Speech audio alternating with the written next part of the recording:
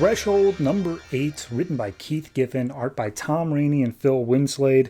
So, this is the final issue of this, and I'm going to actually cover the final issue itself and the backups that have been over the last 3 issues, because one informs the other, and the other informs the one. So, talking about just the last issue here.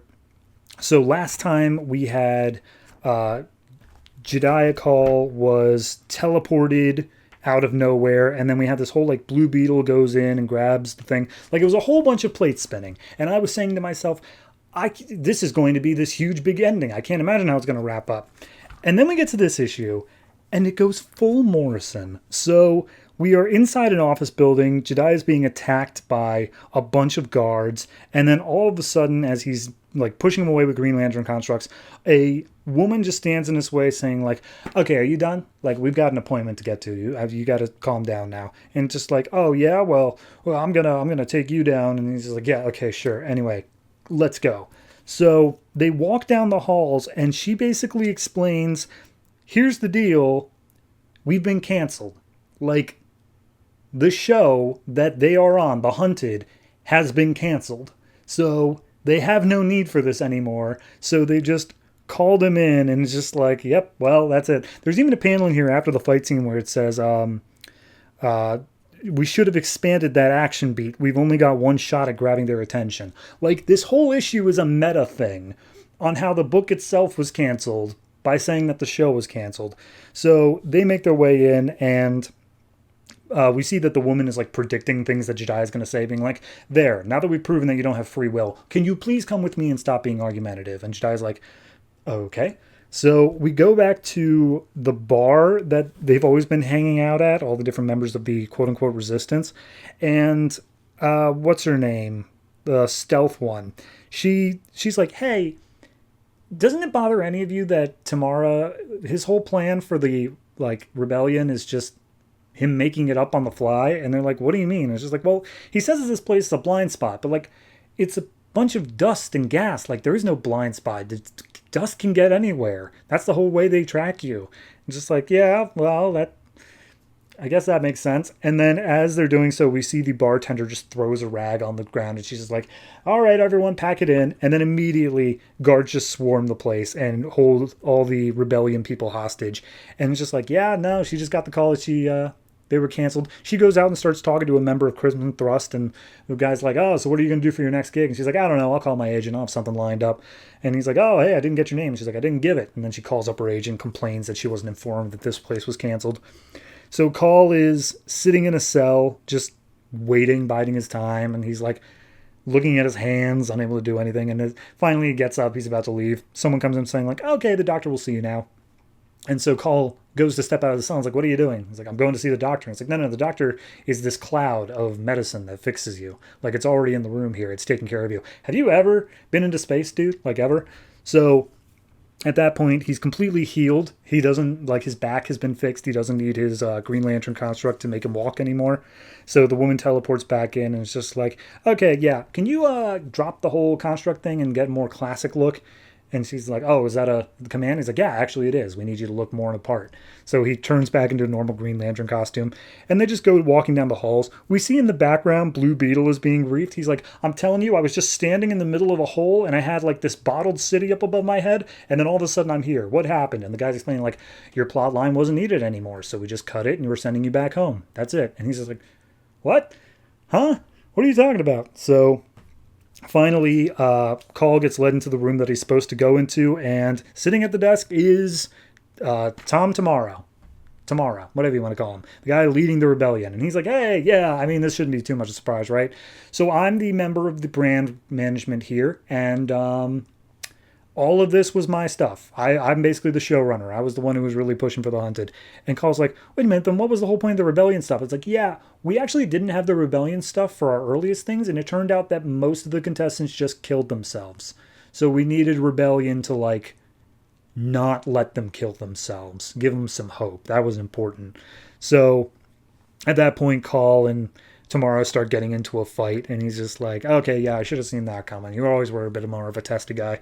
Meanwhile, Blue Beetle is still being talked down. I'm just like, wait, I still don't get it. What was all this? And he's just like, it was nothing. The show is done. You don't have to worry about it. We're sending you back home. So he gets teleported back on to Earth as Call and Tomorrow continue fighting. Tomorrow gets the one up on Call, and he's just like, okay, here's the thing.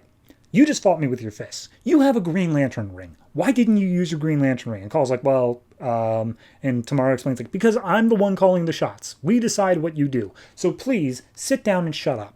So at that point, they go and sit down, and Tomorrow explains, he's like, okay, the show's been canceled. And Call's like, okay, and Tomorrow's like, here's the thing that we want from you.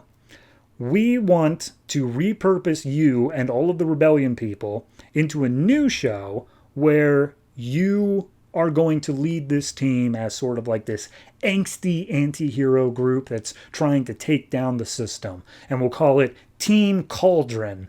And it's going to star you, and you'll be taken care of perfectly. And just like, what? No, you can't be serious. Like, you're gonna do that? And he's like, yeah.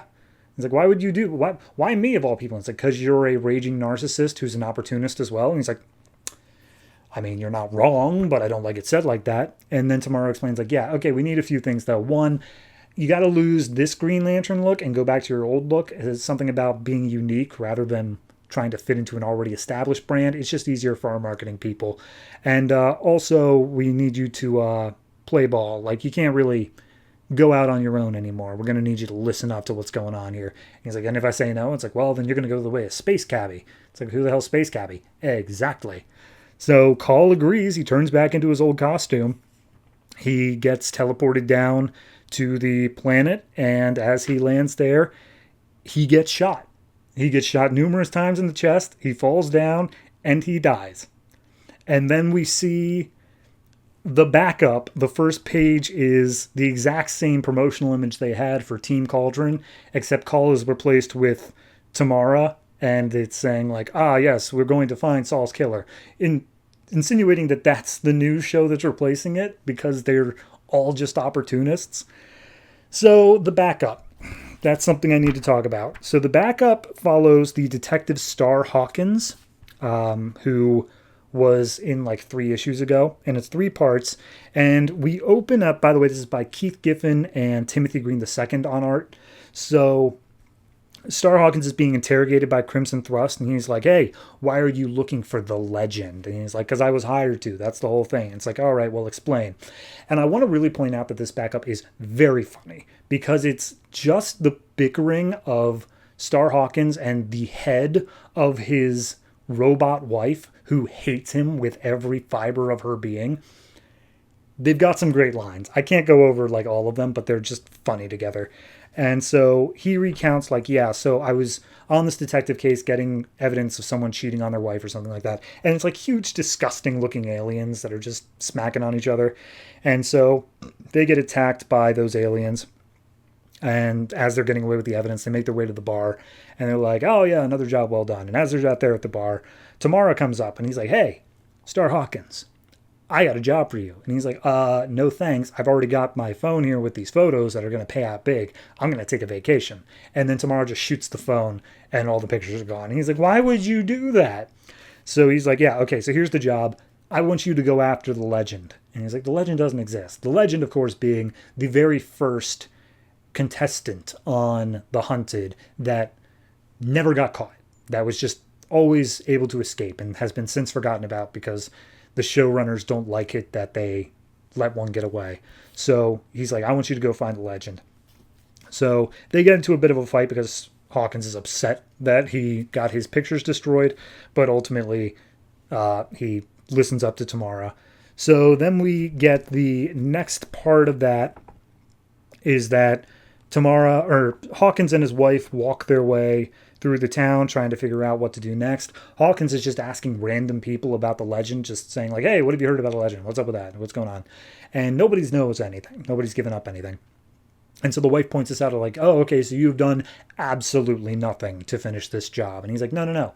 I'm asking people so that they will tell other people that there's somebody going around asking about the legend. It's stirring it up so then eventually the people who actually care about this stuff will get back to me. And at that exact moment, they start getting fired upon.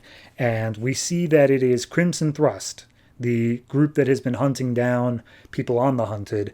They start shooting after Hawkins. His wife goes into battle mode, starts protecting him. But of course, that's against her will. She's like, yeah, no, guys, I want you to shoot him. But like, first law of robotics, I have to protect him. Please stop me. Please finish him. So at that point, one of them sets off like a kamikaze bomb that seemingly blows up the wife. And Hawkins is like, oh, geez, that's a problem. And we see that he gets zapped by the bartender that they were at, and he's just like, yeah, I got me some good money from Crimson Thrust for doing this. So he gets handcuffed. He's led down this huge flight of stairs by Crimson Thrust. His wife is just ahead now because she was blown up in the explosion. And he's like, why did you even grab my wife's head? And it's just like, she wouldn't shut up. She just kept on yelling at us. We had to do something. So at that point, he asked, like, oh, by the way, are we going all the way down to the bottom? And he's like, yep. And so he just throws the head down to the bottom of the stairs and then continues talking to them. And finally, when they get their way down to the bottom, they enter into the room, and he's like, you wanted to meet the legend? Here you go. And inside is Lady Styx, the leader of the entire Tenebrian Dominion. She's the legend. So final part here, we have Star Hawkins in front of Lady Styx. He's, being a smartass. He's running his mouth. Lady Styx does not like that, so he gets punched a few times. And Lady Styx explains, yeah, when we first set up this idea for a show, I wasn't going to leave the beta testing to just anybody, so I put myself as the first contestant. And so we tried it out. We saw it worked. I removed myself from the competition, and we made it so that anyone involved would be dead, more or less, so that nobody knew about it. However, legends have spread, and therefore she became the legend without anybody knowing. And it turns out the Crimson Thrust, this team that hunts people, just works for her, straight up. Like, they are employed by the show to keep things interesting. So Star's hearing all this, and his wife's head is like, hey, I'm going to activate my self-destruct feature. Use that to get out of here. It's not going to kill her or anything, but it's at least going to give you a distraction. So do it when I say now. So at that point, she activates it, says now, and it explodes. Star manages to get away. He takes one of Crimson Thrust's weapons to try to delay his attackers a little bit more. And finally, he gets up to the top of the stairs. He shoots the control panel of the door so that nobody else can get out. And when he gets up, he's like, great, I have no idea where I am. And I don't have my wife's head to help me through this anymore. And as he gets up, he sees someone teleporting in right behind him. He turns, he shoots, and he shoots Jediah Call. The Green Lantern just falls down dead before him, and Star's like, oh crap, I wonder how much his bounty is. And that's it. That's how the series ends. That Star Hawkins, PI, killed the main character of the book that he was a backup in. And the whole thing ended up just being like, who cares? Like, it was all canceled, and the book itself acknowledges that. I gotta say, I really do appreciate how meta it gets. It was very well done there. I do think that the backups are very funny. I think that was very much well worth the tying in aspect to it. The entire final issue itself, though, is just fantastic read, start to end, because it is a Morrison issue of it just being like, you don't have free will. Whatever we say goes. We wrote this entire book / show. So I enjoy it. Overall, I'm going to say that the main issue itself is it's a solid 8. It didn't wrap up any of the plots in a meaningful way where it's like, oh, what happened to Blue Beetle? Well, he just left. He was just sent back home. What happened to Lonar and Captain Carrot? Who cares? They weren't important enough. Like, the book actively says this. And that's why I appreciate it so much. As for the backup, the humor is what gets you through it. It's a fantastic backup in that regard. So I'd say backup as a whole probably gets like an 8.5 for me. I really enjoyed the comedy throughout. So Threshold, the little book that absolutely couldn't, wraps up in the most meta sense I could ever imagine. And it was fun.